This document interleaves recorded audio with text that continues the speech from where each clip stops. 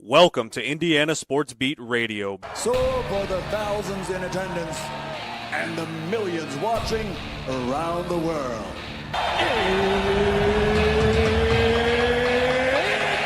Time! Three on the way. Oh! It went in! It went in!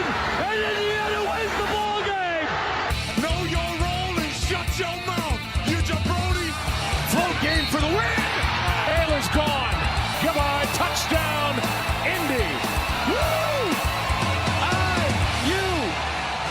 America! They got a football team now! Pretty simple. I win. Google me.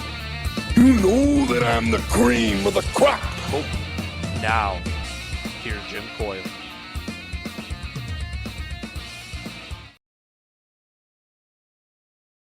I hope that you're doing well. Good afternoon. Good day. Hope you had a good weekend. Welcome aboard Indiana Sports Beat Radio. Jim Coyle with you as always. And starting your week off a little cold. Well, it depends on where you are, I guess, as always. But it's going to be a little icy around here. But that's okay. It needs the heat. It needs to warm up. Grand Prix of St. Pete was fun yesterday, Brian says. I think that Fred was down there. Yeah. I watched that. Alex Palou, man. Are you kidding me? Again, the dude is just, it's unbelievable.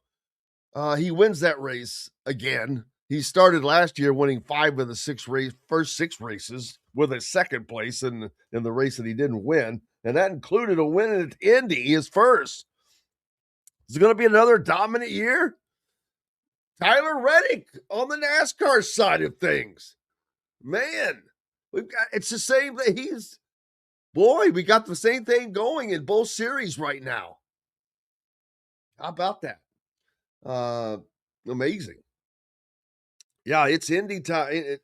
Indy is just around the corner. The month of May. I mean, we're in March, people. Unfortunately, we're not talking more basketball, but Indiana takes the L yesterday. Not a shocker. Playing a good team. One they needed to win.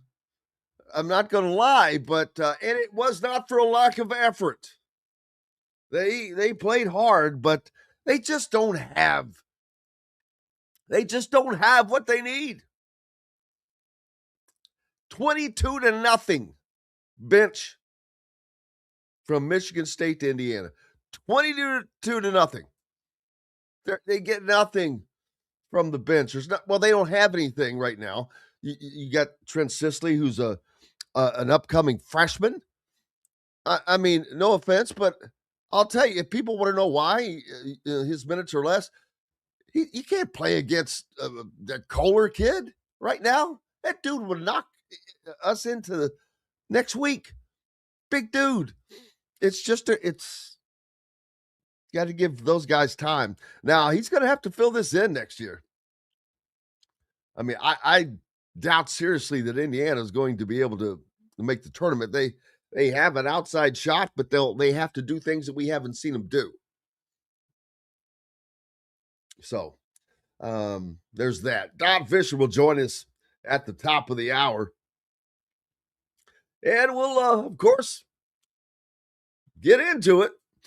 But, yeah, it is what it is there. Looking forward to Rakestraw, the boys basketball tournament. We'll talk about that as well. And the conference tournaments, they're around the corner. This is the last week of regular season play. Indiana has one more home game. That's Wednesday evening against Minnesota. Eh? Then they travel to Ohio State, who just got another win. A big win for the Buckeyes, who are looking like they're going to slide in. I think they're going to end up making it. But a win at Ohio State for Indiana would if they go on a win streak, beat Minnesota, go to Ohio State and win, then go to the Big Ten tournament and get a win or two, then they can back into the NCAA tournament. That's the only way I see it at the moment. But hey, is what it is. Is what it is. We're going to take a quick break here. The Fish is going to join us next. Got to make sure we're ready for Don to join us. Back with more right after these messages from our favorite sponsors. And don't forget, you got a chance to get this championship football. Indiana football accomplished what no other team ever has. Big Ten, Rose Bowl, Peach Bowl, and CFP national champions. The Hoosiers have etched their name into the history books as the first 16-0 team in the modern era. A limited edition of only 5,000 commemorative national championship footballs has been released. 3 full panels embossed and stamped with every championship logo and fully licensed. Get your piece of history today at NicoSports.com. That's NicoSports.com. Andy Moore Honda Bloomington has the deals for you, like great savings on the remaining 2025 Hondas. First-time buyers get more than expected. The Honda Civic and HR-V are the most popular vehicles for first-time buyers in the U.S. Andy Moore Honda Bloomington also has a quality selection of pre-certified used vehicles. And check out the selection of Andy Moore Honda Bloomington's 2026 models, like the Honda Passport, Honda CR-V Hybrid, Honda Ridgeline, and more. ISB Radio with Jim Coyle is brought to you exclusively on The Zone by Andy Moore Honda of Bloomington, Bloomington's #1 Honda dealer. If you're looking for a new home in the Indianapolis area, you need Cheryl Sizemore from Brick and Ivy Realty. Cheryl Sizemore has over 2 decades of experience, and that could be the difference in getting the home you want in today's tough housing market. Reach out to Cheryl at CherylSizemoreSells@gmail.com or 317-701-0838. That's 317-701-0838. Let Cheryl Sizemore sell or find your new home today. Zach Browning here to tell you about an offer you simply can't pass up. If you're looking for the best coverage of Indiana football and basketball, which includes recruiting, weekly chats, podcasts, as well as access to the best national team out there, then look no further than thehoosier.com. The best part, it's just $1 for the first week. Oh, and did I mention that you get a full year of access to The Athletic when you sign up? You can't beat the coverage, and you can't beat the deal. So head over to thehoosier.com today and sign up for just $1. It'll be the best decision you ever made. Bored, Bloomington? Dave & Buster's can fix that. Eat and drink your way through our all-new menu. Play half-price games every Sunday through Thursday. Watch all your team's wins on a 40-foot screen and 30 HD TVs. And level up with the high-flying human crane that puts you in the game. Private game suites, our exclusive arena, and more. Only at Dave & Buster's on 731 South College Mall Road. Welcome back to Indiana Sports Beat Radio on this Monday.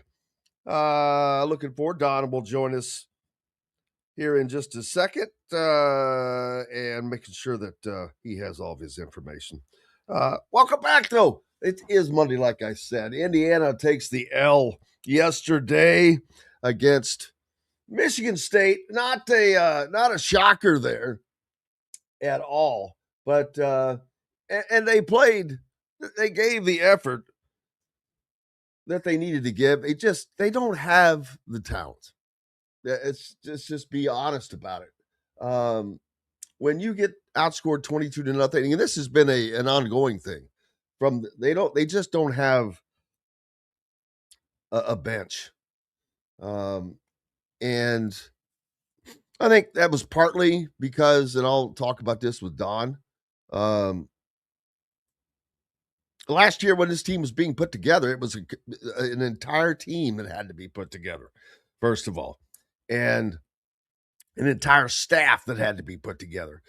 And I think that putting that staff together took away from putting the team together, but the staff is excellent. And if I had my choice to have a great staff at the beginning than a better team, I'd take the better staff because that is going to be for the future. Don Fischer joining us right now. There we go. Don, how are you, sir? Good day. Good. All right. How about you? Good. Doing fine. I was just talking about yesterday. Indiana takes the L, of course, against a team that is better than they are, and there's just no other way to put that. And that they simply, it wasn't for a lack of effort. They gave all the effort. I mean, I was 10 feet away from one of the loose balls, Don, to where there were no less than 6 people on the floor.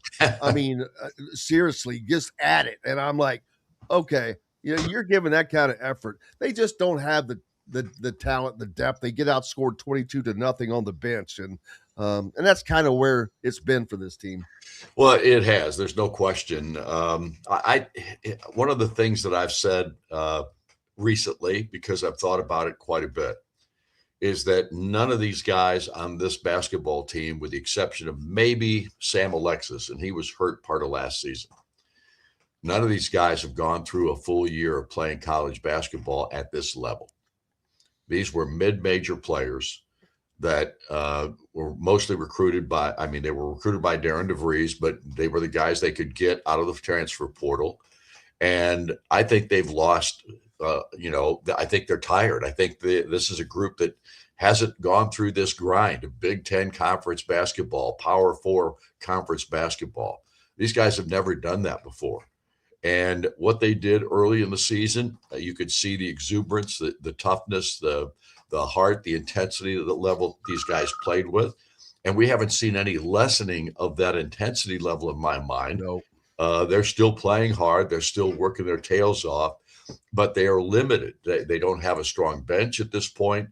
Confidence has waned with some of the guys that have been coming off the bench.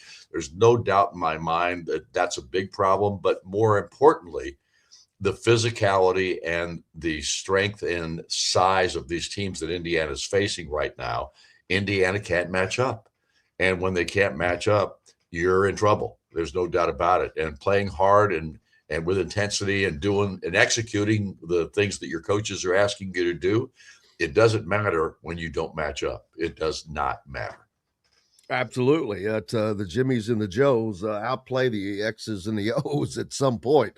And I was talking about, I'm not making excuses. I usually don't. I say what I see. But this season, I think that having to put together an entire team for this basketball program, but he was also working on putting together a staff. And he has a great staff now going forward. I agree. And I think that is great for the future. And if I had my druthers, if I had to pick having a better staff over a better team for the first year, I'd rather have the better staff because I'm thinking long term.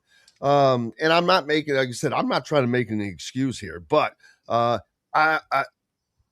I'm going to let them do what they do this year, and then next year you move on. They still have a shot this year. This season's not over with. No, it's not. And that's the good news, because they still got 2 games left in the regular season in the Big Ten tournament. So there is still a path to get to the NCAA tournament. I mean, I know it's slim at this juncture. There's no question about that, but there's still a path. So there's still that goal, that carrot that's stuck out there on the end of the stick. That's still a possibility. And the only way that they can do it now is to win here the next couple of ball games, get in the Big Ten tournament, and maybe win a couple more. Then all of a sudden that may change things. But they're in a world of hurt in regard to postseason play at this juncture. There's no doubt about that. And the Big Ten tournament coming up, they've got one more home game coming up here this week. To Wednesday night against Minnesota. Then they travel to Ohio State, who's kind of hit a burst on Ohio State getting a big win. And they were in the same situation as Indiana was. They're in that similar position and say, hey, they needed to win. So that turns into a big game. So there's still some big games coming up. You get the win if you beat Minnesota. If you can go to Ohio State and get that win a couple games in the Big Ten tournament, you're back to life. Yeah. And at this point, I liked what you said there in regard to Darren DeVries and his staff, because I think the critical thing right now, and it was going to be the critical thing throughout the season, no matter what, is that you've got to be able to go out and recruit. You've got to get guys out of the portal that fit your criteria. I think Darren did a great job with that with this group of guys. Otherwise, they would have not coalesced like they have throughout this season and been the team that they've become. Granted, it's not perfect by any stretch of the imagination, and things have kind of gone sideways for a couple of players on this team too that have not played quite to the capability we thought that they would at the beginning of the year.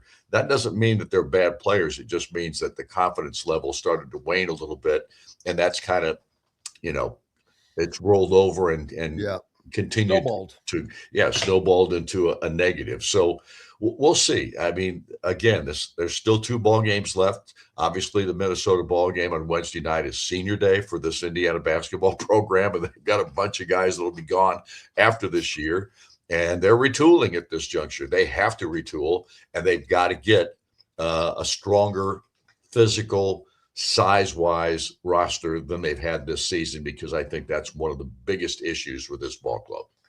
Yeah, and people asking why lots of questions, but why is Trent Sisley not playing more? And my answer has been, well, did you see Coyle yesterday? I mean, that dude's a man, and Trent's still a freshman. He's still going through the learning curve. It's not. I don't think he's ready for that. Is all that it is, and it's just that simple. I mean, these guys are still growing, and you've got this age gap between people that could be up to 25 years old and versus an 18 or 19-year-old. It makes a difference. There's no question. And look, confidence is a funny thing. If you're playing well, all of a sudden, anybody can have a lot of confidence when you're playing well. It's how you fight through that if you're not playing well. And that's part of the learning curve, especially for a freshman in this league. That's a big part of it. So the naysayers and the negatives and the critics and those people who think they know basketball and go out there and make all kinds of statements and things like that about this team and how they're not very good. And so you can have your opinion, but that doesn't make it so. And that's my opinion. That's exactly right. I mean, speaking of, there's the Ristic kid. He went through the injuries. There's just so many things that just didn't work out for this team from the start. They were so many injuries. Well, one of the other, Josh Harris, has not played a game this year. Obviously, here at the end of the season, he's been able to practice a little bit more. Still not full go. So, he's a guy that's taken the entire season to get well again. And he's got a big body. I mean, he's a big, strong, physical kid. He could play some for this ball club, and he would have played a lot for this basketball team had he not gotten hurt before the season ever started and went through fall camp and didn't get a chance to practice or play. So there is so much positive to look forward to in the future.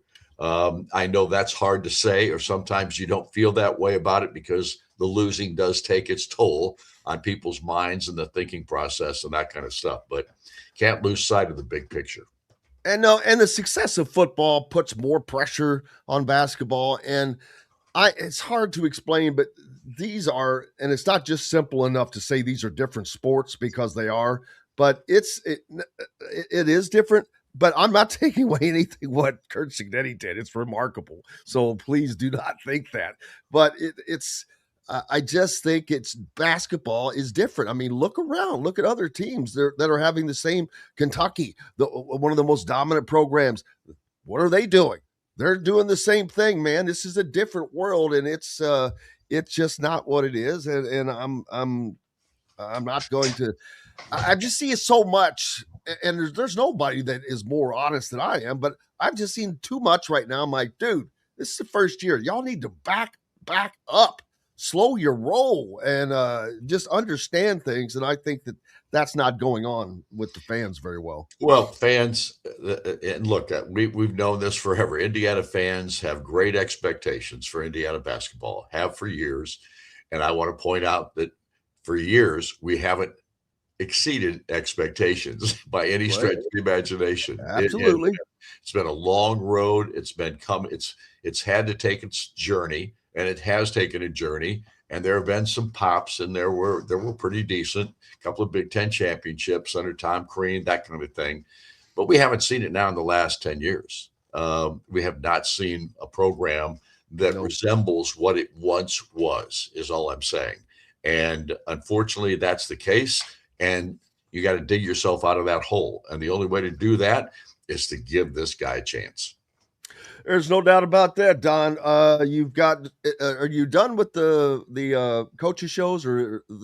We have 2 shows left. We will do tonight's show, of course, which is at Hoosier Hanks at 7:05, and then we'll have a second show. We'll have our final show, I should say, for the season coming next week. Now, there's a problem with that because we don't know when Indiana's going to be playing, whether it's going to be on Tuesday or Wednesday. And it doesn't matter because if Indiana does get into the picture at this point, we understand they'll probably be playing an early game on Wednesday. Right now is how the standings show up. They'll be playing the earliest game on Wednesday or one of the 2 early ball games on Wednesday. If that's the case, the team will probably leave on Monday for Chicago.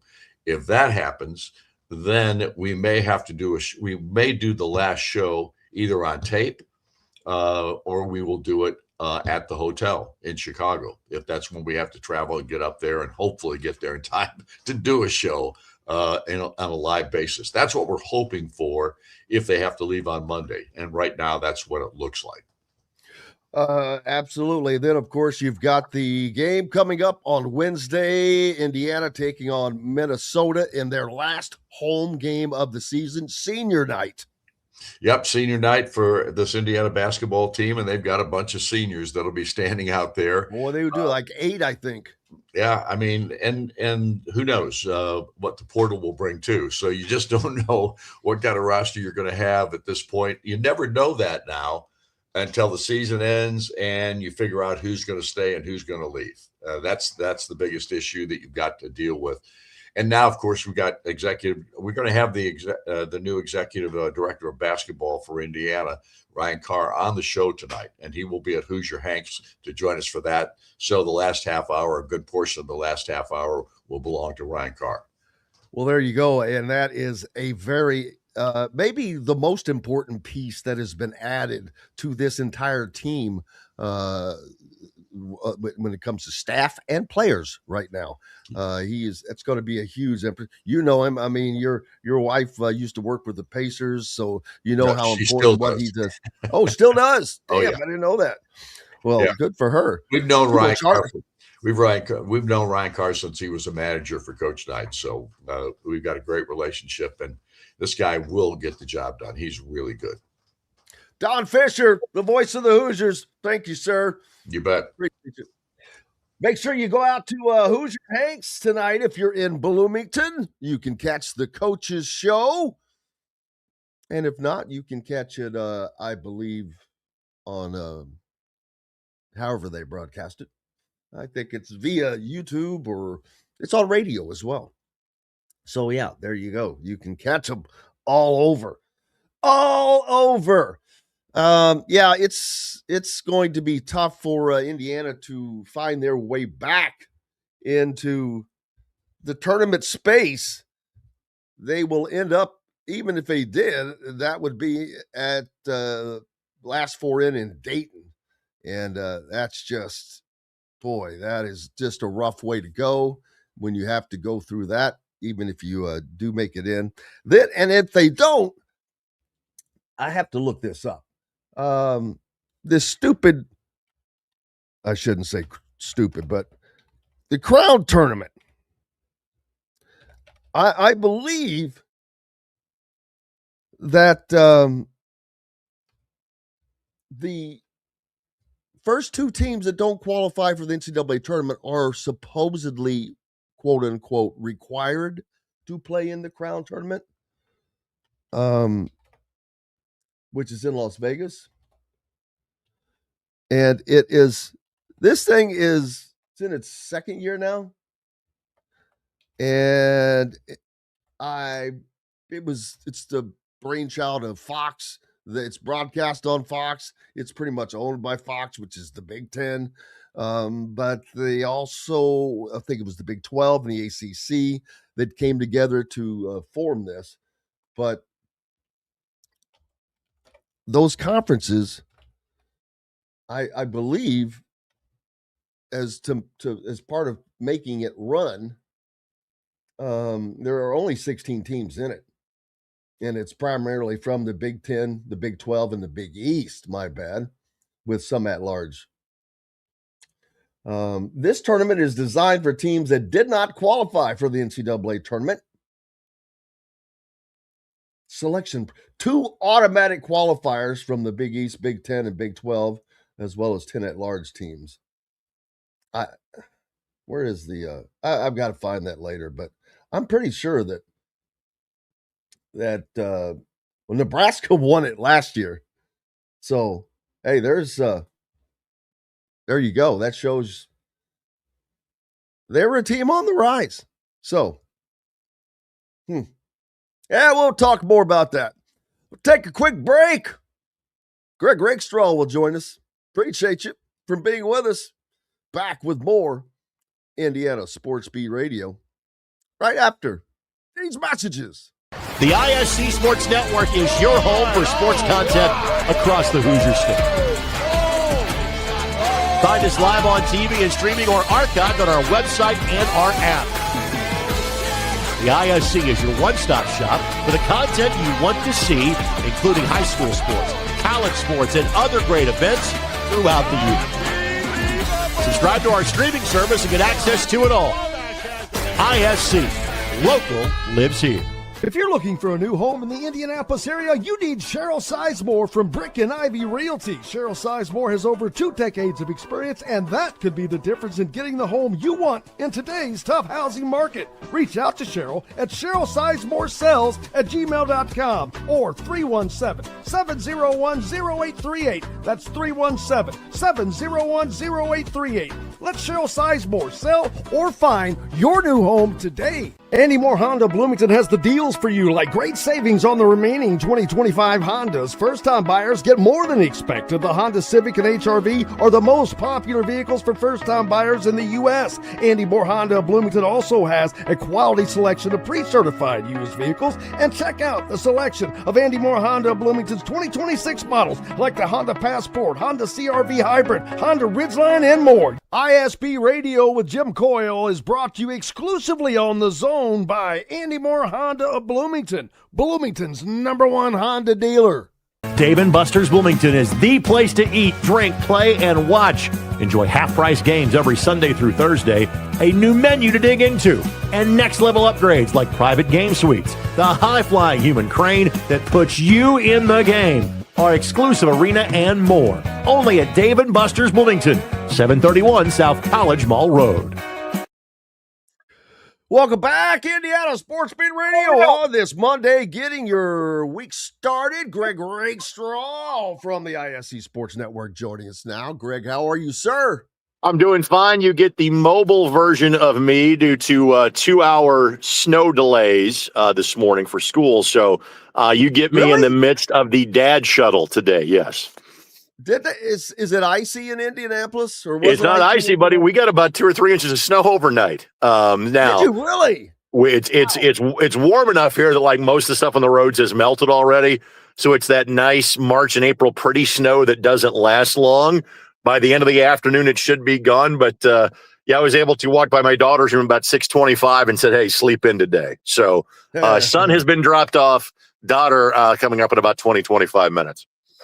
Not bad, not bad. I know it was a busy weekend. The girls basketball, high school girls basketball tournament gets put in the books. The boys basketball tournament about to get underway. And IndyCar returns. Some guy I've never heard of wins the race. Alex Palou.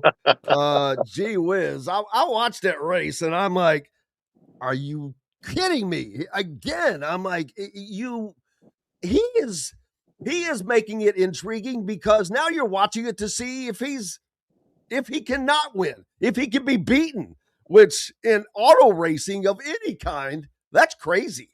Correct. And obviously you've got Tyler Reddick doing the same thing from a NASCAR standpoint right now. I talked about that very thing this morning, Greg. I'm glad you saw that.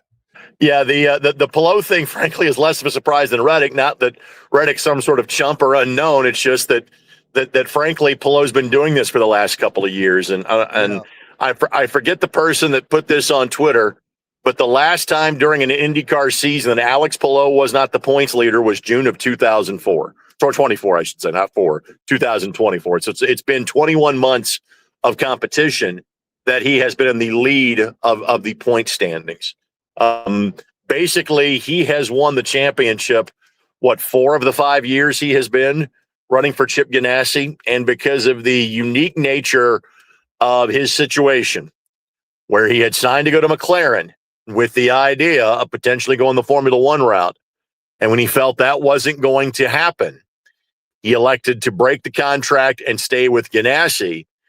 I think he's largely frozen out from being a Formula One driver. In other words, he's young. He's on the best team. Clearly, he is potentially at a different level, but the combination of driver and team of anybody else in the series. I'm saying all these things, Jim, to say, folks, he might be rewriting the record books. And we have talked about, his teammate in terms of Scott Dixon, who has caught Mario Andretti in terms of career wins, is not going to catch A.J. Foyt. This is blasphemous to say. It's a potential that Palou might do it because he's young enough. And I also don't think there is an avenue for him to go someplace else. The guys that have tried to go from IndyCar to NASCAR, it hasn't worked. Frankly, the reverse is the same. In other words, I think he's in this series for a long time, and I'm not sure anybody's catching him anytime soon. The only equalizing factor might be is that they are 2 years away from going to a new style of race car. This car has been in use since 2012. It's going to be in use through this year and through next year. In other words, what we saw yesterday, we might see for the rest of this season, and we might see it for next season too. Yeah, because we've seen that in like in NASCAR, when they change those cars, it changes who the dominant drivers are, which is crazy. But yeah, but the weird thing is, while he is so dominant, there are so many other great drivers in the damn field. Correct. And if you look at 1 through 10, there was a lot of parity in terms of teams. And so what is different this time around is that this race has often been the outlier. And we've waited for 2, 3, or 4 weeks for the next event to happen. That is not the case this year. The schedule is front loaded. Part of that is by design. Part of that is the fact that the broadcast partner and now 1/3 owner of the IndyCar series in Fox Television is also the rights holder for the World Cup, which means there is some gaps in the schedule mid to late June and early July. So because of that, the law of unintended consequences is you're much busier in March and April than you have been in years gone by. And so they will turn around and race. They're 5 days out for the next race coming up in Phoenix. So we will get to see these guys make the quick change to an oval. And Palou has been good on ovals, has not been as dominant on ovals as he has been on road and street circuits. So we'll see how the field balances out coming up on Saturday afternoon. And yes, folks, that is a Saturday afternoon race coming up this weekend. A little odd date, usually on Sunday, but basketball tournaments galore for you. That's a busy time of year as well, as you put one away and jump right into the other. Correct. Things start to slow down for me in the next couple of weeks, but they're not slow this week because it's sectional week. So this is why we got snow today, because it's sectional week, and that's what happens. From the boys' standpoint, I'll be hanging out at Noblesville, and the question is, can anybody catch Fischers? Now, Carmel has been close. Westfield played them to a great game, and you can make the argument Hamilton Southeastern, other than Fischers, is the hottest team in the state right now. They have beaten Carmel and Lawrence North in the last couple of weeks, and because they are Fischer's chief rival, that is always a little bit different if those two teams were to get together and they would play in the semifinal, I believe. No, they would not play into the championship. HSE and Westfield would be in Carmel's half of the bracket up in Noblesville, where I'll be stationed all week long. From the girls' standpoint, we have crowned 4 champions: Borden, Eastern, Belmont, and Center Grove. I think the first 2 games were a little surprisingly one-sided, maybe not so much in 1A. And in the 3A and 4A games, I thought the games played out exactly as advertised. They were going to be very defensive-oriented games and 2 very well-played games. Those were the 2 games I was in the call of, and they were a whole lot of fun. Well, yeah, and they usually are, and looking forward to that as it continues. And then, what else is on the busy schedule for Mr. Greg Rakestraw? For me, it's primarily high school basketball this week. I'll work in a little bit of small college basketball with the Marion women, who are number 4 in the country in the NAI. They'll play in their conference championship game tonight. I get to do the Horizon League quarterfinal on Sunday afternoon at the Corteva Coliseum. So the Horizon League tournament actually starts tonight. Then everybody plays on Wednesday. 5 teams get to come to Indianapolis. I'll do the 4-5 game on the men's side on ESPN Plus Sunday afternoon at 3:30. The Horizon League tournament keeps me hopping Sunday, Monday, Tuesday. That's why I say it, and it sounds counterintuitive as we get to March. My schedule actually starts to slow a little bit once I get through sectional week. So I get to stop and smell the roses a little bit. Plus, I also pick up college baseball. It's like my first college baseball game is in 15 days. So the season shifts quickly. But again, I once I get to the middle of March, I do start to work a little bit of a slower pace. About the time to stop and smell the roses will be time to run for the roses. Correct. As I heard that, but and we're not that far away from the month of May, man. No. I mean, it's the glow. It just doesn't stop spinning, baby. No, it does not. But that's why you and I get to do what we do for a living, right? Absolutely. The boys basketball tournament coming up should be as spectacular as always as they head into the state finals, which are always a fun and big time. And I think that now with a coach at Indiana that has to, he's more into the recruiting and his staff as well as Purdue. I think that this year at the state finals, you're going to see a bunch of college coaches, which you usually do, but maybe more so this year, even though the amount of talent is not quite there, if that makes sense. I would say it all depends on who is playing. Like if we get a Fishers and Pike state championship game, which that would be the top 2 teams in each half of the bracket in 4A. I think it will be Millionaires Row to keep tying things back to the Kentucky Derby, because you would have Jason Gardner. You would have Isaiah Hill, who was at the IU game yesterday. You would have Landon Lampley, the younger of the 2 Lampley brothers that would play for Pike. Buddy of mine is on the Notre Dame staff. I saw him at Pike and LC 2 weeks ago, and he threw kind of Jahari Miller, their junior guard, into that mix that Notre Dame would have interest in him. Probably doesn't have the same level of national interest as Hill, and to a lesser degree Landon Lampley at this point. But if that's the game in 4A, absolutely. 3A is a little bit different, even though Silver Creek is considered to be one of the best teams, period, in the state. And I really believe that Cathedral is the one team that could beat Silver Creek, and they would not see them potentially until they got to the semi-state round. They've got multiple Division I kids, but not the higher end Division I kids. And a couple of those seniors are already committed at this point from that Silver Creek team. And then for the 1A and 2A standpoint, that's always a little bit different. That's more of the community-based guys, and occasionally you'll get a Jack Benner that will play in one of those games, or a Caleb First back in the day that will play one of those games. I don't think that's the case this year, although if Oak Hill makes it down, they've got some really young talent, and that's a unique story in that their best players, their dad's the head coach at Indiana Wesleyan, which is one of the best small college programs in the country. And if I had to pick favorites, for the morning session, probably Couts and Bar Reeve in 1A. The Mustangs from Couts are undefeated. Bar Reeve is good every year. Bar Reeve's got a tough section they got to get through. But if they can do that, I think they're probably the best team in the southern half of the 1A bracket. In 2A, I would probably lean a little bit towards Park Heritage, who has went out and played a great schedule, knowing they were going to be really good this year, in that Oak Hill team. And then I will tell you this, Jim, again, Silver Creek's the big favorite in 3A. The northern half of the 3A bracket is wide open, in part because South Bend St. Joe is playing up, and they have a chance to do some damage in 4A. The 4A area in the South Bend area is really loaded and as good as it has been in some time this year. So we'll see how things play out. Well, that's always what makes it fun, man, is not knowing, and it's going to be another one. Looking forward to some upsets, but I definitely do not want to see, I don't like to see in high school basketball or college those upsets early.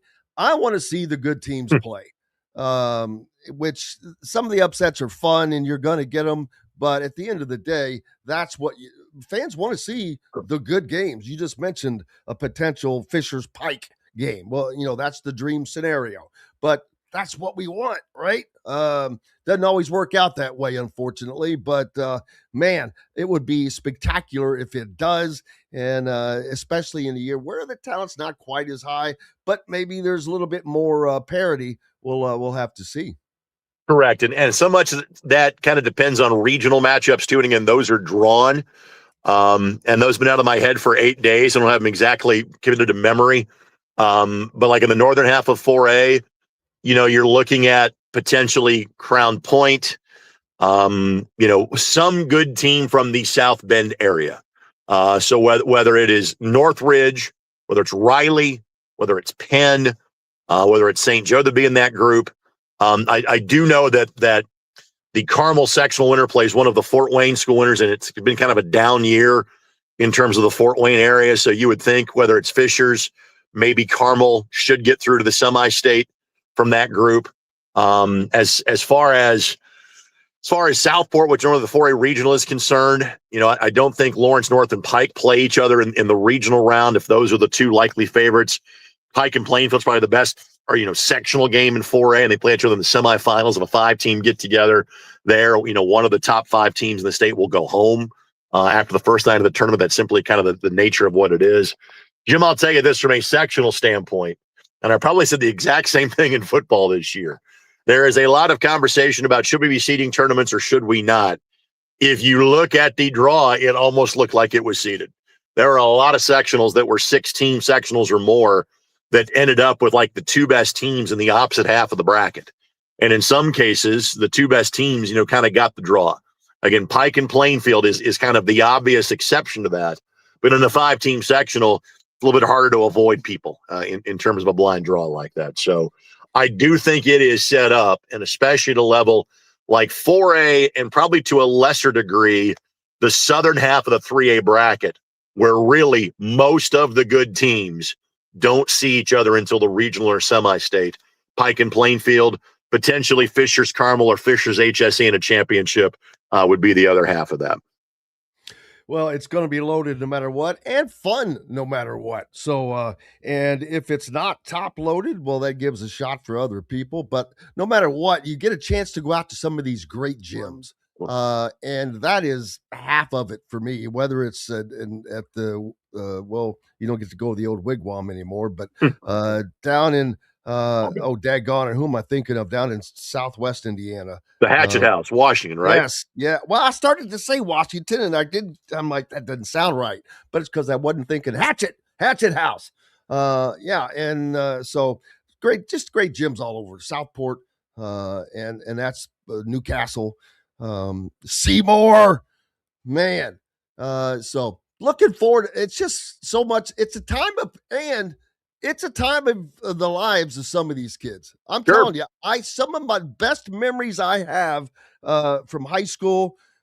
I was not a basketball player. Wasn't good enough at Floyd Central. And but some of the funnest times I had was going to sectional, regional, and all that stuff. It was a blast, and I still remember it all to this day. Same here, buddy. Same here. Absolutely. What is up next for you? So Noblesville, it's got Marion and St. Francis tonight. That's number 4 versus number 6 in the country from an NAI and women's basketball standpoint. Then those teams begin their postseason next weekend, the regional round, to make the national tournament. And then at the Mill in Noblesville for Zionsville and Noblesville and HSE in Westfield. That is my doubleheader tomorrow night. That'll keep you busy, buddy. Appreciate you as always. You got to talk next week. Absolutely. There he goes, Greg Rakestraw from ISC Sports, but everywhere else, as he is all over the place. And so plenty going on in the world of sports, whether you girls basketball fan in high school, that just wrapped up. Boys is about to get underway. College basketball, enjoy it no matter what. Even if you're an Indiana fan, they're going to end up somewhere probably. I think that they play postseason this year just because, for one thing, it makes you money. Like going to that crown tournament, and it's difficult, but I'm of the mind that, and I'll look it up in the next break, try to look further, but I think that there's a requirement for the first two teams of the Big 10, the Big 12, and the Big East that do not make it into the NCAA tournament, that they're, I hate to use the word required, but they're supposed to play in the crown tournament because, again, the Big 10, basically owned by Fox in essence, but not quite true. But anyway, the relationship is deep, and that is how they thought that they could get that tournament to be bigger and better than, say, the NIT, which that is owned by the NCAA. So that doesn't help the conferences per se. And so that's how and why that deal is set up. Whether that continues to go, I don't know, because no one pays attention to the NIT. How much people will pay attention to the crown, I don't know. We'll have to, but it's in Las Vegas. Now that's an opportunity for people to take a little spring trip if they'd like, but not so much if they don't. I'll go ahead and bring Dustin in. Dustin, I still have 6 minutes before the break. Hey, cool. So, since you're here, how was your weekend? Let's talk. How was my weekend? It's a great question. What did I do? I don't know. There was basketball. Boy, was there everywhere. Some folks there in town for the combine, so that was nice. There was a few people. Yeah, you know what? I haven't even talked about the combine. I forgot about that. There's been so much this morning, but yeah, the combine comes to a close. It was a lot of IU guys out there, but just a lot of. I wish that the combine would stay in Indianapolis forever. It is the perfect place for it. They've got another year of it at least, I think. Guaranteed in the contract, but like they moved the draft around, which that's fine, but I think they should leave the combine where it is because there's so much that goes into this, and Indianapolis does it very well. It's centrally located, but other towns would like to have it. It brings millions of dollars into the economy. Yeah, I mean, it was interesting. Like I said, I was just hanging out with other sports writers. I mean, I wasn't talking with anybody with any level of decision making here, but I think just one of them just said kind of in passing, like they're never going to move this thing. Every time they talk about it, it's like they don't realize that it's not it's going to be weirder anywhere else. It makes for this cool little communal experience that I don't think anybody wants to trade necessarily. I mean, because you look at, I mean, I just think about how the NBA does its other stuff, like basically it's combine / lottery and it's summer league.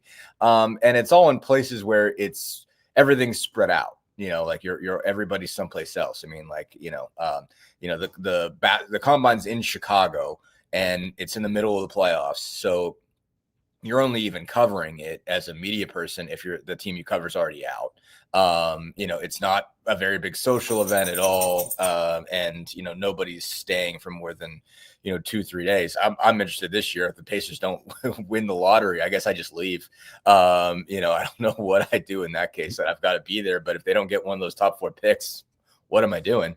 Wouldn't that, but how badly would that suck? Oh, because that's been all of the conversation. Sure. It's still, I mean, it would be significant, but I mean, I think at the end of the day, the reason they made it is because, hey, like Zubac was that important. Getting a 5-man that they could trust was that important to risk this. And so they wouldn't have made the deal if they didn't really believe that. So their view is, hey, if you're getting a top 4 pick, we should keep the top 4 pick, but it's more important considering what's there at 5 to 9. We're better off having Zubac than what we would get from 5 to 9. That's at the end of the day, the calculus that, that's the only way that you make this team championship level is you go get Ivica Zubac. So that's necessary. But to get back to the point, like the initial question, like they love, the people love this basically, whether it's media, whether it's, like execs, scouts, coaches, whatever. Like, they hang out at Prime 47 like all weekend, and not all weekend, all week. And it's a deal. It's a social experience. I mean, and it's not like anything else that I can tell in any other sport. And if you moved it to Vegas or you moved it, you wouldn't move it to Chicago, but if you moved it to Las Vegas or you moved it to LA or whatever, like it wouldn't be nearly the same. Like part of it is that you pack everybody in, on like, basically in that downtown block inside of like, I don't know, 4 or 5 streets. And that's where everybody stays and everybody can walk to all the bars and, that sounds like it's the whole deal, but it's a significant part of it. On top of being able to go to where everybody's being evaluated, where they're doing all the interviews, where they're, Lucas Oil itself, everything is so tight to the point. It's just Maxine getting her picks in right now. But yeah, anyway, I'd be surprised if they moved it. I think every year they think there's going to be someplace else they can find that will be better, and they don't. So the show's going to the dogs. It's the she's really been in control of it the whole time. They have the puppy bowl. This is the puppy draft board. Yeah. We'll just do the puppy draft board. Maxine getting her draft board together. She's got real thoughts on that. She's got. She's a deep thinker. Maxine's a deep thinker. What's that? Maxine's a deep thinker. She is. She's got lots to discuss here, and she is not afraid to share her mind at all. Hey, I know that you don't. It's not your beat, but as the tournament is coming up in college basketball, sure. Indiana obviously not likely to make the NCAA right now. They're not good right now. Yeah. No, but so. They've got this new Crown tournament that is this is like year 2, I think. Sure. That was the Fox pretty much owns it, which makes it a Big Ten thing. But Big 10, Big 12, ACC teams, those are kind of the founders of the feast. But each 2 teams from each of those conferences are required to play, or supposedly required to play in it, if they don't make the NCAA tournament. And if they turn down the Crown, they're not allowed to play another. Oh, you can't play in the NIT if you don't play in the Crown. Well, right. That'll really dissuade you, huh? But I'm just wondering if Indiana plays in Las Vegas, or did they go right into the offseason? I mean, I think because they're going to have 8 guys that leave. And that's minimum. Yeah. I mean, like, my view is they should play, but then I don't, I am not a stakeholder in any way, shape, or form. So, like, it's I ain't coaching the team, and not like I ain't covering the team. So, it's not like they're going to, even from an objective standpoint, it's not like what that I'll say anything positive or negative afterwards. I mean, my just off the cuff, you just brought it up and I wasn't even thinking about it. Thought on this is that they should play. And my general thought most of the time is teams should play because, I mean, like on one hand, like these kids only get so many basketball games, until. Yeah. Well, let me cut you off there and we'll hit the break. Pick it up on the other side. Mm-hmm. Dustin Dopirak from the Indy Star with us, back with more right after these messages. Andy Moore Honda Bloomington has the deals for you, like great savings on the remaining 2025 Hondas. First-time buyers get more than expected. The Honda Civic and HR-V are the most popular vehicles for first-time buyers in the U.S. Andy Moore Honda Bloomington also has a quality selection of pre-certified used vehicles. And check out the selection of Andy Moore Honda Bloomington's 2026 models, like the Honda Passport, Honda CR-V Hybrid, Honda Ridgeline, and more. ISB Radio with Jim Coyle is brought to you exclusively on The Zone by Andy Moore Honda of Bloomington, Bloomington's #1 Honda dealer. If you're looking for a new home in the Indianapolis area, you need Cheryl Sizemore from Brick and Ivy Realty. Cheryl Sizemore has over 2 decades of experience, and that could be the difference in getting the home you want in today's tough housing market. Reach out to Cheryl at CherylSizemoreSells@gmail.com or 317-701-0838. That's 317-701-0838. Let Cheryl Sizemore sell or find your new home today. Zach Browning here to tell you about an offer you simply can't pass up. If you're looking for the best coverage of Indiana football and basketball, which includes recruiting, weekly chats, podcasts, as well as access to the best national team out there, then look no further than thehoosier.com. The best part, it's just $1 for the first week. Oh, and did I mention that you get a full year of access to The Athletic when you sign up? You can't beat the coverage, and you can't beat the deal. So head over to thehoosier.com today and sign up for just $1. It'll be the best decision you ever made. Bored, Bloomington? Dave and Buster's can fix that. Eat and drink your way through our all-new menu. Play half-price games every Sunday through Thursday. Watch all your team's wins on a 40-foot screen and 30 HD TVs. And level all up with the high-flying human crane that puts you in the game. Private game suites, our exclusive arena, and more. Only at Dave & Buster's on 731 South College Mall Road.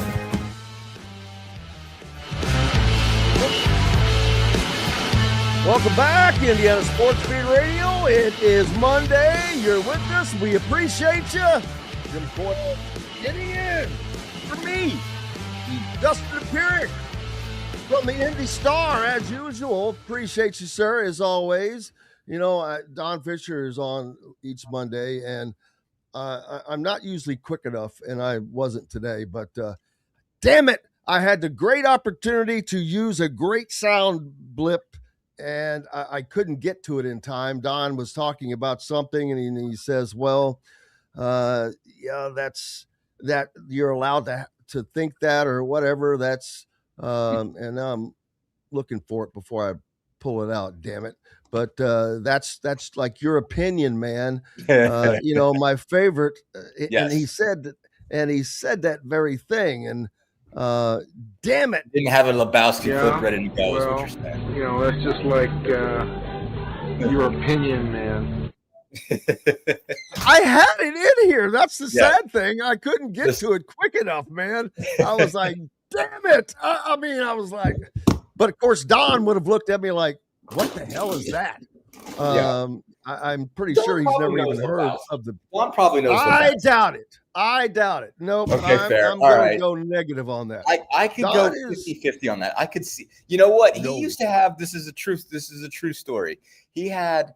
I think it was it. Hey, no. He had an Outkast song that was his phone ringtone for a while. Ringtone? Yes, swear to God. It was. This was back. I've got to remember that next week. 2011. I'm trying to remember what it was. I don't think it was Hey I think it was something else. But like we were shocked. Like it started ringing. We're like, whose phone is that? And Don picks it up, and we were like, hold on a minute. How did this? I was like, I love that song. I'm like, okay, Don. Like, and I mean, Don's more hip than you might think. You know, he's got his anti-hip stuff, but you know, like. If you could say that, I don't know, one way or another. Don's more with it than, you know, than I think some people might expect. I'm not going to call him technically challenged. I'm going to call him technically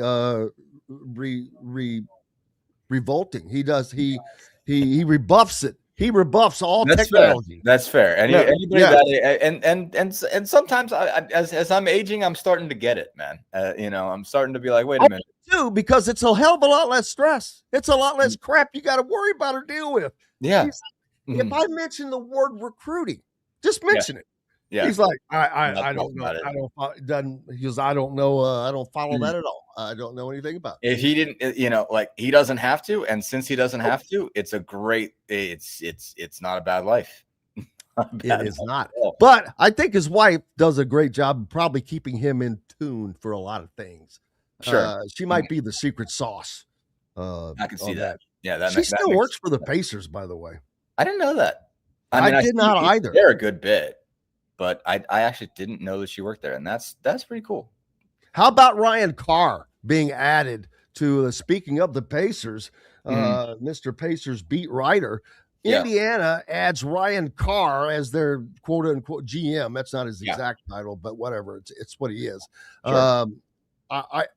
And there is not he might be the most important piece that has been added to this team, period. Sure. Because right now, what they're going through, they're a team that does not have the personnel. It's pure and simple. You've got some great guys, and they're playing Michigan State, this close. But this close is not enough. And this close difference was, you can look at, they got outscored bench points 22-0. You've got nobody coming off the bench, and hell, you got 3 starters that totaled 15 points, I think. Yeah, this was remarkable. I mean, I obviously the game was going on yesterday as the Pacers were getting ready to play the Grizzlies, and obviously my attention had to be wrapped on that. But I mean, like, everything I'm seeing in this box score is sort of like deeply concerning. I mean, like, after Wilkerson and DeVries, you've got 5 field goals. Sam Alexis has 3. In the second half, Dustin, nobody scored a field goal besides those 2 in the entire second half, and only 1 point, a free throw from Sam Alexis, I think. Sheesh. So that's not good. It's almost impossible. It's hard to do. It really is. It's not. I mean, it's not to not have a bunny, a putback, something that also goes to show they're not reactive around the rim. No, they're not. They're not, and like, obviously it definitely seems to be like and it always goes back to you end up getting the opposite of what you had last time, and I guess too often that's probably ended up being what what IU has done is just, okay, what do we have last time? Okay, that didn't work. Let's get something very, very different from that. And so like DeVries, I think your positives for him and the things that I've even sort of complimented on this show is that, okay, well, you have a strategy, you have a style of play, and it does involve outside shooting in the perimeter and being 5 out basically. And that is the world at the NBA level. So, like, now just playing the style doesn't make you the same kind of team. Like, you've got to do some other stuff.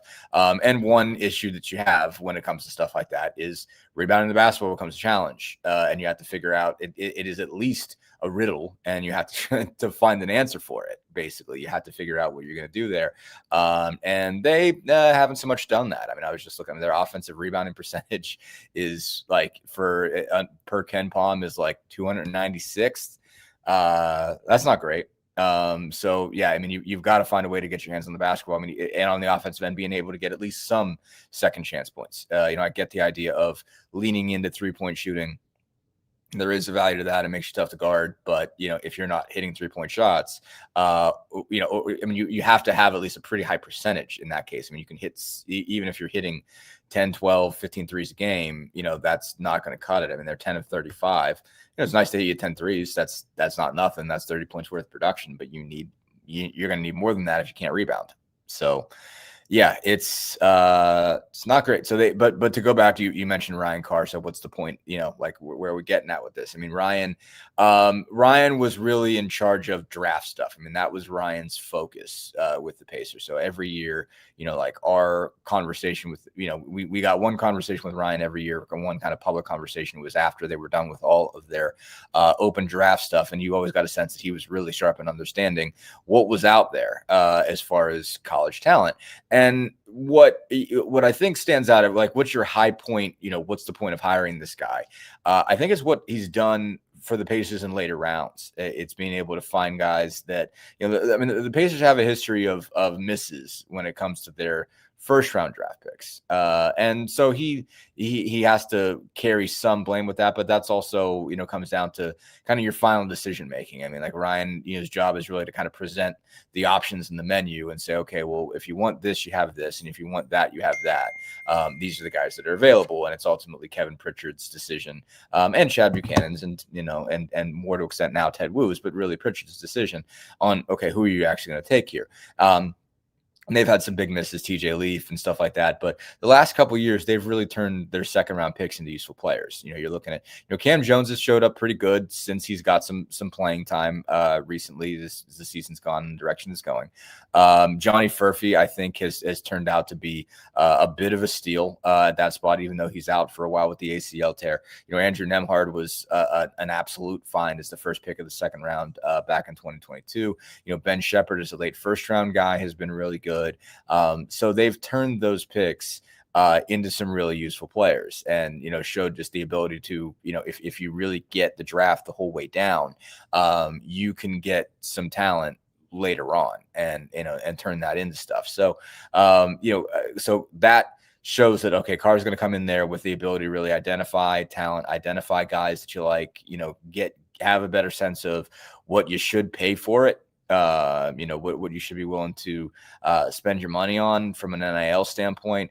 Obviously he's going to have to get used to the numbers in terms of what, what value looks like at the college level versus what it is at the NBA level when it's kind of locked in as far as the draft is concerned. I mean, those salaries are really slotted on an even more rigid level than, say in baseball, where you have a slot, but you can pay, you can pay above that, you can pay below that, but that's just kind of what you have for your whole pool.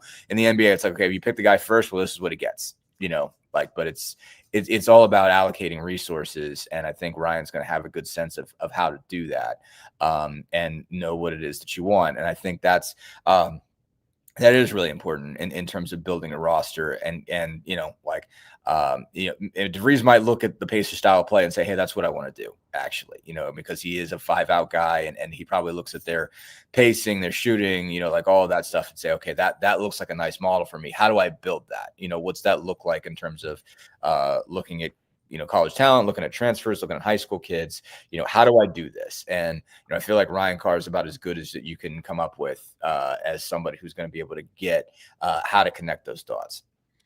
Yeah, well, this team needs that, and especially not just because of how they're playing right now, but going forward, they're going to lose about 8 guys minimum, and that's not even that's just seniors. That is not touching anyone who could potentially hit the portal.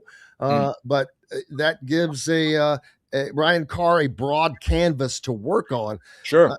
And having done this, he's already used to looking at college guys. He knows. And so that's going to be a huge benefit. But Indiana they've got to hit a home run next year. I've laid off of them this year. I'm saying, hey, I understand. But now they've got everything they need for next season. Going into it, prepared. The staff is together. You know what you need. You're going to know everything. Right. You're going to not be. It's not coming into this late, so they get the chance to do what they need to do next season. And having a guy like Ryan Carr is of uber importance because they weren't able to put a great roster together. They have some great talent. Lamar Wilkerson, obviously, that dude. I mean, he's going to be an All-American. I would think. He's certainly trending in that way. But 29 points again. He's probably going to end up with the highest scoring average of anybody I can remember for a long time at Indiana. I have to go back and look at those notes, but man, that dude is averaging like close to around 24 points a game, I think. Yeah, I can't remember I cannot remember who did that. I'm trying to even recall. Yeah, we got to go back a minute. He did 21.3 to 29 games. And I'm trying to remember an IU player who cracked 20 and really can't off the top of my head. I mean, Hood Schifino didn't, Xavier Johnson didn't have Xavier Johnson. Trace Jackson Davis never did. As far as I can recall. Yeah, he didn't. I mean, he was 18, 19, something like that. Oladipo certainly didn't do it. Cody Zeller didn't do it. Who are we forgetting? James Blackman. I'm trying to think of. But part of it is they don't have. Did Yogi score 20? Did Yogi crack 20? No, not an average. But part of that is because he has to. He doesn't have any help other than Tucker DeVries, and he went through his slump. Nick Dorn kind of helped at that time, then he went away. So there's just been no help. You've got 20 points coming from Tucker DeVries in this last game. But other than that, the rest of the team, all starters included, scored a total of 15 points on like 29% shooting, where Michigan State got 35 points. That's a huge difference, man. You can't overcome that. So, but yeah, and a lot of these guys are freshmen. They're going to have guys stick around. You've got Trent Sisley, you've got Ristic, the other international guy, Josh Harris, who never even got to play. So, but they have plenty of openings, 8 openings to fill. Mm-hmm. Yeah, no, I mean, it's going to be easier to do. Do you have any eligibility left? I think I have plenty of eligibility left. I don't know how much purpose it will serve you. Funny story on that. Yesterday, I asked Carlisle about Obi Toppin and like how he came through his first game. He's like, well, we played 8 minutes. He's like, you and I could play 8 minutes. I don't know what league we play. You and I could play 8 minutes. And I trust I could play 40. I just am not doing anything for you. Like, I'm running around and annoying your ball handler, but he's probably. I couldn't play 40. Dude, I remember. Right now. And I tell this all the time. I can remember the moment I said to myself, this is the last time I will ever play full court basketball again. It was killing me, running up and down the floor. And I'm like, that's it. I remember it, the moment. But the running up and down the floor is still the thing I can do. It's I just have not had a ball in my hand very much. And so every time I go pick up and shoot, it's like, what happened to your coordination? Like, not that it was great in the first place, but my God, what is going on? So I can get my mid-range back to functional, maybe. I don't think I can hit threes. My handle isn't great, and that's about it. And so maybe Ryan Carr even finishing at the rim isn't great right now. So you're like more like a Connor Enright. A little bit. I can say that's the best I can say. I think I can still pass. So we'll see. I got to get in a pickup game at some point. It's been too long. But so anyway, but the bottom line, my eligibility would not help anybody. I'm getting good cardio out there, but that's about the extent of it. I don't know if I'm doing anything for anybody else. Like I said, I can annoy a ball handler, but I mean, he's probably getting past me eventually. Like, he's going to be annoyed when he gets there, but he's probably still going to score and get to the rim if he's good enough. So yeah. I can't remember when's the last time I took a break? Do you remember? I don't know, man. I feel like that's so. I understand. Normally I don't, but I get the conversations with you are always I feel like so fun. It was 6 minutes after we started the first segment, so that's somewhere be around the 9:45 range. So I haven't since then. So perfect time for a break. Hey, we've got the great Dustin Dopirak with us from the Indy Star. He's a sports guy just all around, but Pacers beat writer. We'll talk some Pacers when we come back, and plenty more. Maxine called Cap. Yep. Not sure what that means. Nope. What's that mean? 5 lefts. You have to explain it. I think it just means it's a lie. I think Cap is a lie. I think it's that simple. We're back with more Indiana Sports Beat Radio right after these messages. Andy Moore Honda Bloomington has the deals for you, like great savings on the remaining 2025 Hondas. First-time buyers get more than expected. The Honda Civic and HR-V are the most popular vehicles for first-time buyers in the U.S. Andy Moore Honda Bloomington also has a quality selection of pre-certified used vehicles. And check out the selection of Andy Moore Honda Bloomington's 2026 models, like the Honda Passport, Honda CR-V Hybrid, Honda Ridgeline, and more.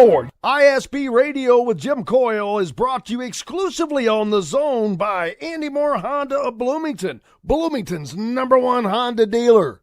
If you're looking for a new home in the Indianapolis area, you need Cheryl Sizemore from Brick and Ivy Realty. Cheryl Sizemore has over 2 decades of experience, and that could be the difference in getting the home you want in today's tough housing market. Reach out to Cheryl at CherylSizemore@gmail.com or 317-701-0838. That's 317-701-0838. Let Cheryl Sizemore sell or find your new home today. Zach Browning here to tell you about an offer you simply can't pass up. If you're looking for the best coverage of Indiana football and basketball, which includes recruiting, weekly chats, podcasts, as well as access to the best national team out there, then look no further than thehoosier.com.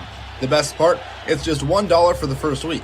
Oh, and did I mention that you get a full year of access to The Athletic when you sign up? You can't beat the coverage, and you can't beat the deal. So head over to thehoosier.com today and sign up for just $1. It'll be the best decision you ever made. Bored, Bloomington? Dave and Buster's can fix that. Eat and drink your way through our all-new menu. Play half-price games every Sunday through Thursday. Watch all your team's wins on a 40-foot screen and 30 HD TVs. And level all up with the high-flying human crane that puts you in the game. Private game suites, our exclusive arena, and more. Only at Dave & Buster's on 731 South College Mall Road. Indiana football accomplished what no other team ever has. Big Ten, Rose Bowl, Peach Bowl, and CFP national champions. The Hoosiers have etched their name into the history books as the first 16-0 team in the modern era. A limited edition of only 5,000 commemorative national championship footballs has been released. 3 full panels embossed and stamped with every championship logo and fully licensed. Get your piece of history today at NICOsports.com. That's NIKCOSPORTS.com. Welcome back, Indiana Sports Beat Radio on this Monday. Starting your week off, glad to have you along and glad to be with you. Jim Coyle here. Dustin Dopirak from the Indy Star joining us as well, Pacers beat writer. And Dustin, the season, it's winding down, but it's got a little bit ways to go. Still 20-something more games of this. Yeah, I mean, it's like, boy. Yeah, still got to play them. At least they get TJ contractually obligated. Yeah. Pacers Memphis Grizzlies had to happen yesterday, and somebody had to win. They like to take an L all the rest of the way out. It'd be cool if you could forfeit. Hey, we're forfeiting the rest of the games. They wouldn't. I imagine they would do that if given the option. I mean, it like honestly, I wonder like what they would do if you said, all right, like the rest of the we're giving you lose outs the rest of the way, but you get to play basketball if you want to, and what would you do? Just for the purpose of getting guys on the floor.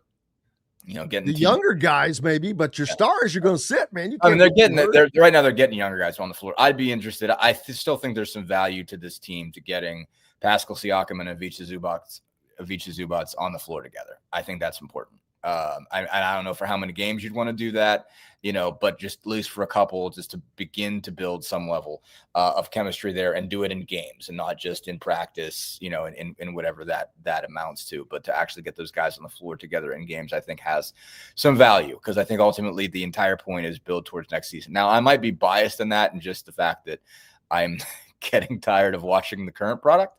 But it is what it is. But I do think there's some value there to get Siakam, Nesmith, Nembhard on the floor with Zubac so they have a better sense of what that looks like. Obviously they can't get a Halliburton. I mean, they can get Halliburton on the floor with them for some limited stuff. Not right now because, Halliburton's still finishing up his time away with shingles.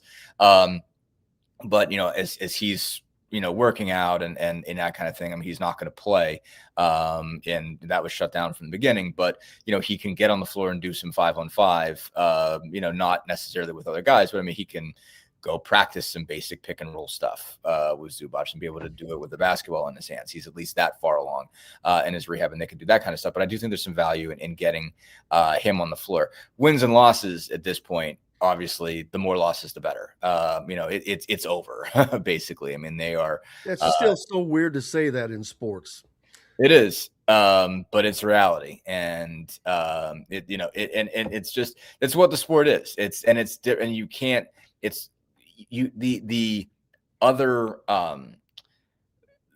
elements that kind of save baseball or football or from tanking. I won't even get into hockey because I don't know enough about it, but are sort of elemental to the game. Basically, I mean, like football, you don't want to tank because you can get somebody killed, and two, like if you're actively trying to lose, that's not healthy. That's a good way to get somebody just crushed in a really bad way. But also, like you got 22 guys out there. One guy makes a difference, and if it's quarterback, it makes a huge difference. But, that's not enough. Basically you can have a quarterback out there, and if you don't have anything else, you're still not winning. You're just getting that guy killed. You're just getting that guy crushed. So, that's not enough to just tank one time and you're fixed. Baseball, obviously, you got to send those guys, down on the farm for a while and see if they're ever going to make it. And one guy might make a difference, but, you still have 9 guys out there and 5 starting pitchers, et cetera. Paul Skeens hasn't saved the Pirates as much of an automatic number 1 overall pick as that was. He makes them better one day out of 5, but, the other 4, he doesn't have any impact. Basketball, one guy can change, a lot. One guy can dramatically change the trajectory of your team. So it makes a lot more sense once you've hit this point in the season. If you're not going to be there and it doesn't make a whole lot of sense to try to win. Just mathematically, it doesn't. I guess it's noble to try to win some basketball games and try to make sure you're putting out the best product you can for your fans. But at a certain point, your fans will reach the point that they don't really care about the product that's out there. They know the season's cooked and they know, hey, better chance of winning, particularly in the Pacers case, where you can look at it and say, okay, all you got to do is plug somebody in. And you're looking at a team that's got a real shot to win at least the East. And it isn't far off from the roster of a team that last year was 1 game away from winning the whole thing. So there's all kinds of incentive to not care at this point as far as whether you're winning or losing basketball games. It's a tough situation. I don't know how Adam Silver ultimately has to do it. I don't think just flinging fines at people was the smartest way of approaching that. But there probably needs to be something to make this better. But in the same way, I think you got to give teams the opportunity to build themselves. And that does make for a better product, is, giving more teams a chance to be competitive. And the draft is the thing that allows you to be competitive relatively quickly, that allows you to get back. Detroit was in, at the bottom of the league for a while, and now they're the best team in the East. Houston had it pretty rough for a while, and they had a couple of really good drafts, and all of a sudden, they're at least a contender in the West. I don't think they'll win the West, but they're right behind San Antonio and Oklahoma City. So those teams are built like you can look at clear examples. Now, tanking itself doesn't always necessarily work, but you can make yourself better in the draft, and not whether you're just getting players, but also getting assets that you can move later. And Houston drafts Draymond Green and makes that a Kevin Durant deal, and that's why they are where they are. So it's hard to say that, okay, well, you guys, what are you going to do that's going to make it worth your while to care about the difference between winning 15 games and 25 games? Those numbers don't matter. You're out either way. So that's a difficult thread that they'll have to balance. And for the Pacers, there's a clear objective right now. They need to be finishing the bottom 3 so they can have 52% odds of getting one of those top 4 picks. And if they get any of them, they're in good shape. Any of those 4 guys works out nicely. So that's where they stand. And now it's running out guys like Cam Jones and Micah Potter and Kobe Brown, and making some decisions as to who's going to be in what roles toward the end of the bench next year. But right now, you know who your starting 5 is going to be. You'd like to have a top 10 pick so you can slot him into being one of your key bench guys, but you've already got McConnell and Toppin coming back to kind of anchor that bench.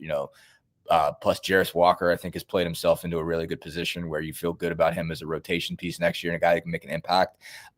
So giving Walker more opportunity still helps. It's still worth the difference, but he's playing a lot better than he ever has. And he had 21 last night. His numbers since they've really kind of figured out their fate have been pretty good. So they've got a lot of pieces they need. They kind of just need 1 or 2 more, and then they're probably just 1 more, and they're a legit contender in the East. So, they're not getting that piece by winning games down the stretch. And they're not alone in the chase for the number 1 pick. And how it works is these bottom 3 teams, what do they get? A certain amount of ping pong balls? So everybody who's in the lottery, it's not ping pong balls anymore. It's done by ping pong balls, but what you get is lottery tickets. Like it's not like I think it used to be a point where, you were represented, like you had so many ping pong balls in the thing and they pulled it out and it was you. Now it's like basically there are it's combinations basically. Like, so it's like combinations of 1 through 14 and like the order doesn't matter. So it's like there's a certain amount of there's like 1,000 some odd total combinations, I think, and everybody gets enough lottery tickets. So like all of the combinations are accounted for basically. And so they run one, and it's like, I can't remember if it's 4, 5, 6, 7 ping pong balls, something like that, like a combination of like, I don't remember how many numbers. And so like, but you don't have like, it's not like the old days where you had like ping pong balls with your like logo on them and they like pulled them out of that. It's like you have again, you have like a 100 lottery tickets or something like that. Actually, it's probably more than that. And you kind of like check those off. It's almost like being, like bingo or something like that. But it's, you get these lottery tickets and you see if you're still, on there. And yeah, like that's the, and I think it's 7 numbers, I want to say. And so you have to have all 7 for each pick. And so if you're a bottom 3 team, you have, I think, a 14% chance at each pick individually and a 52% chance at getting any of the 4. So, and I think it goes up slightly in percentage at like everywhere you move up until you're at the end of the lottery. And so I think, let me pull up tankathon.com. 50-50 for 3 is pretty good. I mean, you get anywhere, not top 3, it's top 4. They're doing top 4 now. And that's important. It's still pretty good. To have a 50-50 shot at those, you're going to get one of them. I mean, you're not. Well, I mean, it's true. Teams miss a lot. They're not going to get one of them. I mean, if you're the worst team in the league, you're not at all promised that. And I don't, there have been seasons recently where the worst team did not get one of the 4. Wow. I think Detroit a few years back had the worst team and they got 5th. And I think now the issue that the Pacers. See, I don't like that. I mean, I think those teams should be guaranteed. But that's the issue, is that the reason why they had a lottery in the first place is that incentivizes tanking even more. I mean, early 80s, it was brutal. I mean, I think Houston, if I'm not mistaken, if I've read their history correctly, was pretty active about going out of its way to make sure it got Ralph Sampson and Hakeem Olajuwon, which it did. And so, that was a time where those 2 guys just owned college basketball because they were 7 foot and skilled, and, that was enough. So, and they went out and got their 2 towers and they were pretty good, and they didn't win a title in that stretch until Hakeem was 10, 11 years in the league. But still, it worked out for them in the long run. But yeah, it is there's, so they don't like the idea of making it an absolute race for the bottom, because if you create that scenario, then the tanking is even worse than it is. So yeah, you can. So I mean, they want there to make sure there is at least some risk. But if you're the worst team, and you strike out on the top 4, then you pick 5th.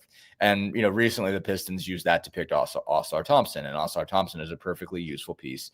One of the better defenders in the league. I mean, his brother Amen's a little bit better, but Oscar's pretty good. And, he's, I don't know if he's top 10 perimeter defenders in the league, but he's up there, and he got there pretty fast. So you tack that on to having already gotten Cade Cunningham in, a couple drafts prior, Jalen Duren in a couple drafts prior, and Jaden Ivey, even though they moved him. They managed to stack some pretty good players together by being bad for a few years. So you can live with getting that 5th pick. Now the Pacers are in the case where, because they've, conditionally traded this pick to the Clippers, if they strike out and they get 5th, well, that pick goes to LA. So, and there are, I get there is a dividing line. I think there's a gap between the top 4 and everybody else, but there are good players past 5th, Darius Acuff and, the kid from Kingston Flemings from Houston, and Mikael Brown from Louisville, and Keaton Wagler from Illinois. There's a decent, good crop of guys. Again, they've ultimately decided they've rather had Zubac than any of them, but they would much rather have Zubac and Darren Peterson, AJ DeBonsa, Cameron Boozer, Caleb Wilson. That's obviously what they're shooting for, and the combination of lottery balls will determine that. Yeah, and it would just really suck for the Pacers to not get one of those after this season, and with what they have coming back and have added. I mean, they They'll still be good. I mean, I think the key piece. Oh yeah, I'm just saying they are so set up for it. If they get that piece to be, hello, come on, for a few years, right?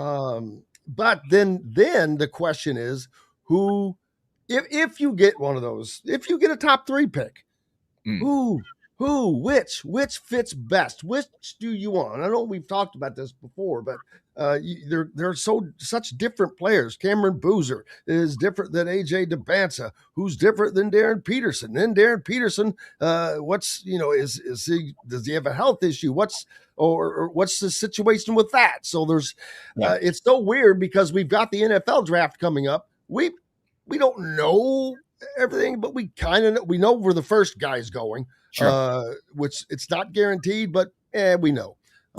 But we don't know diddly other than who the top 3 guys are going to be. No idea. I mean, just a guess where they could go, but we don't know. Yeah, no. I mean, it's the Peterson thing is fascinating, going forward. Because I mean, I think if you were to say, all right, honestly, I mean, I've waffled just myself in terms of throw darts to the wall. Who do you think they should take? I would have said probably 3 weeks ago, I probably would have said Peterson, because I think his style of play really fits this, sort of ball movement driven offense where the ball's popping all the time and you're trying to make quick decisions. Peterson as a catch and shoot guy is fantastic. As catch and shoot or catch and go, he's really good in those circumstances. And it doesn't seem to me like he needs to have the ball for a long period of time. He's not a guy that stops the ball, where Mathurin had some issues there. And I think I see in Darren Peterson a lot of things they were trying to get Benedict Mathurin to do for years. And so Peterson looks to me that's the perfect fit for an off the bench 2 guard that's going to be able to score a lot of points in a hurry. And so, that fits really, really well. I mean, I could just see the ball finding him and him drilling threes, and that, I can see what that looks like. But if they were to get the number 1 overall pick, you do have to make sure that guy is not just around, but that guy does still have to matter for you for years past. You don't, if you get that opportunity, and the Pacers have never had a number 1 pick in their entire existence, as long as they had been playing in the NBA, they have never picked number 1.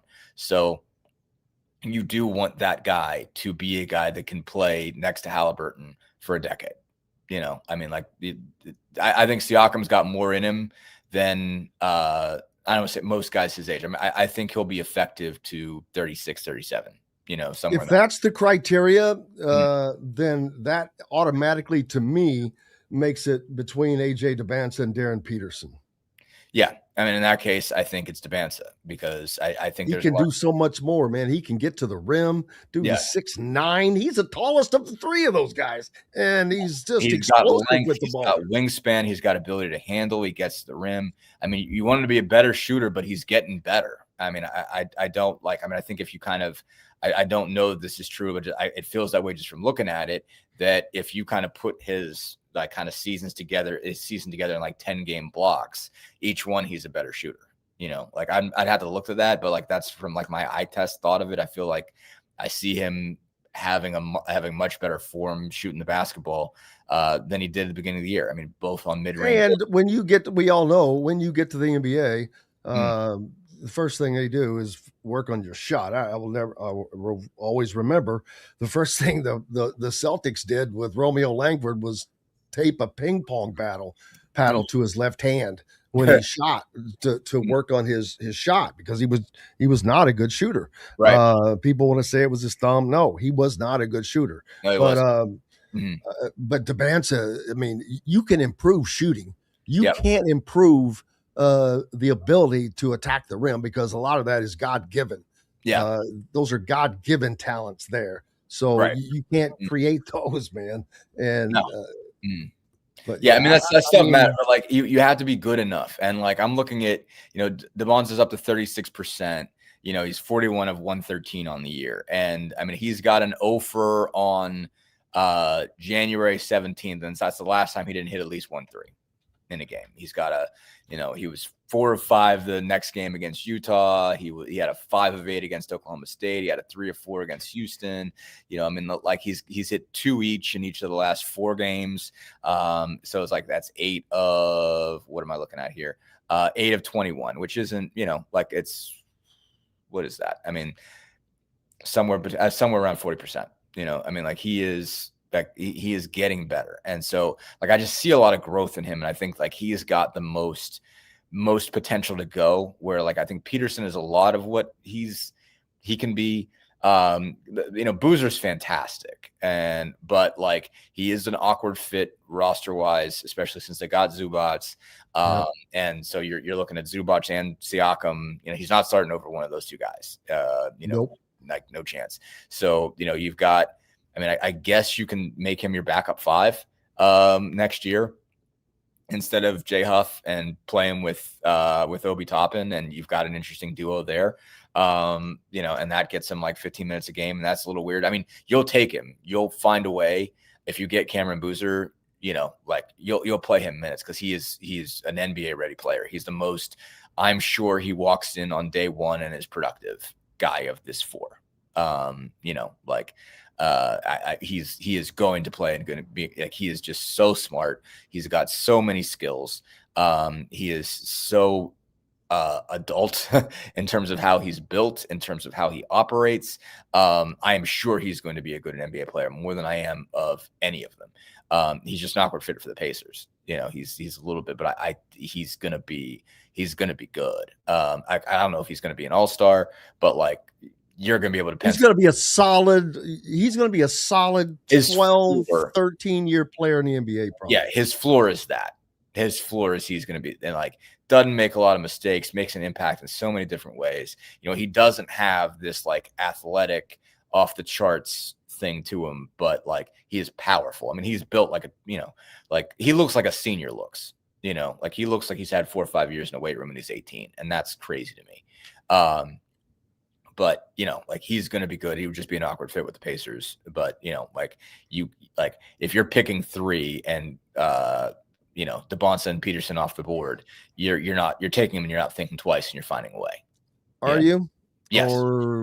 You're taking him over Caleb Wilson. Like Caleb Wilson isn't a better, as much as he's very, very good. And I think Caleb Wilson is going to be a guy that makes an impact. Is going to be a good player for a long, long time as well. Wilson's a 4, and so like he's not any. Trade possibility. What's that? He Pick could trade. He could be your 3, but what's Caleb Wilson shooting from 3? Like, well, not necessarily for Caleb Wilson, but for somebody else in the league, maybe that fits the bill. That if you're like trading that, like the thing is trading those picks is harder than you think. Like people want them, but you have to include something else. Like you have to, the money has to match. Even if you think like even if they like that first round pick as much as they like the player they'd like to give you, the numbers have to match. Like if you like, they might value Caleb Wilson as much as they value a $20 million player, but he's not making $20 million, so you can't make the deal. So I'm sorry, I wasn't listening. Somebody else to trade. So what was that? That's I'm just playing. This is not nom. This is bowling. There are rules. Exactly. That's what I'm saying. I'd get you a tow by 3 o'clock this afternoon with nail polish. You just have Lebowski quotes, don't you? It's just The whole world gone crazy. Am I the only one around here who gives a nice about the rules? Yeah. Yep. Yeah, I've got to get some others up. What's some of your favorites? Like movie. Great. There are just certain movies that just have great movie quotes. Some of my favorites, Coming to America and Life, the movie Life. Gosh, dang it.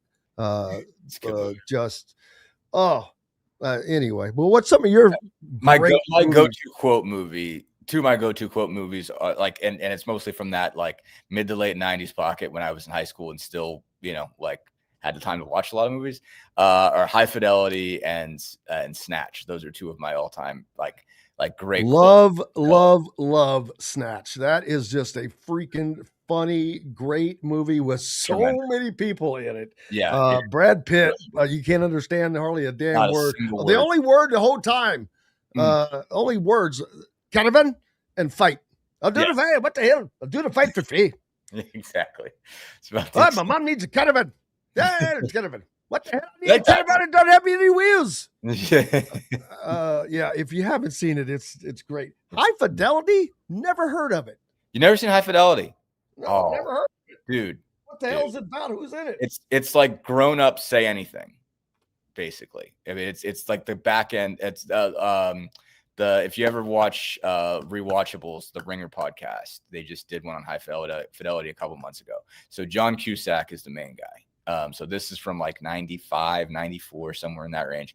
And he's a, miserable 30-something guy who owns a record shop. And it's basically about him chasing his girlfriend, but it's all this. It weaves in all these musical references and stuff like that. It's brilliant. There are so many great lines in High Fidelity. It's I don't know. It's fantastic. Some people hate it, and I get it because like he's, I shouldn't like John Cusack's character as much as I do. But he's terrific. He's tremendous. I highly recommend High Fidelity to anybody who hasn't seen it. You take sugar. No, thank you, Turkish. I'm sweet enough. Yeah.